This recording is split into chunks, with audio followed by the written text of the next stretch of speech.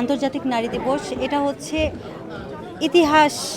ইতিহাসের পাতায় আছে। এটা বছর বছর আমরা সবাই পালন করি, কিন্তু আমি মনে করি শুধু এই দিনটি নয়, এই দিনটি তো অবশ্যই থাকবে। এটা আমাদের যেহেতু ঐতিহাসিক একটা দিন, তো এটা আমরা অবশ্যই পালন করব, কিন্তু এছাড়াও আমরা প্রতিদিন এই দিনটা পালন করতে চাই। কারণ নারীদের অধিকারের কথা সবসময় বলা থাকে সব জায়গায়, কিন্তু আদৌ সেই নারীরা সমান অধিকার পায় না, বা অধিকারের যে ধারা সেটা আমরা পাই না। তো অধিকার যদি থেকে থাকে সেটাকে ধারাবাহিকভাবে পর্যবেক্ষণ করা দরকার, বা সেই অধিকারটুকু আমাদের বুঝিয়ে দেওয়া দরকার। শুধু ছেলে মেয়ে সমান অধিকার বলে কাটিয়ে দেওয়া হয়, কিন্তু সমান অধিকারটা আমরা মেয়েরা পাই না। পাঞ্জাবের জগতে একটি বিশ্বস্ত নাম শাবাব এথনিক ওয়্যার। যারা আমরা জীবনে সফলতা অর্জন করেছি বা এগিয়ে গিয়েছি, তারা তো আমাদের আইডল। অনেক যেমন আমাদের দেশনেত্রী বেগম খালেদা জিয়া, উনি আমাদের আইডল। ওনাকে দেখে আমরা অনেক কিছু শিখতে পারি।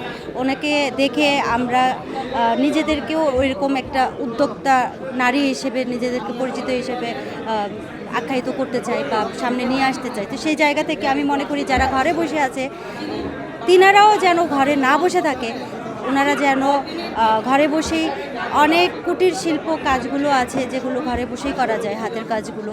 এগুলো যদি আমরা করতে পারি, তাহলে আমরা মনে করি যে যারা বাহিরে আছি, যারা উপর পর্যায়ে আছি এবং যারা ঘরে আছি, তারাও কিন্তু কোনো অংশে পিছিয়ে থাকবে না। কারণ নারী মানেই মা, আর মা বা প্রত্যেকটা নারী প্রত্যেকটা পুরুষের অনুপ্রেরণা।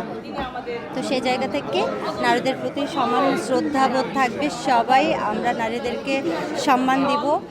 আর আমি মনে করি যে আমাদের প্রধানমন্ত্রী জনাব তারেক রহমান যেই উদ্যোগ নিয়েছেন নারীদের নিয়ে, ফ্যামিলি কার্ড, এটা আমার খুবই ভালো লেগেছে। ইতিপূর্বেও শহীদ প্রেসিডেন্ট জিয়াউর রহমান নারীদের নিয়ে কাজ করেছিলেন, আমাদের দেশনেত্রী বেগম খালেদা জিয়া নারীদের নিয়ে কাজ করেছিলেন।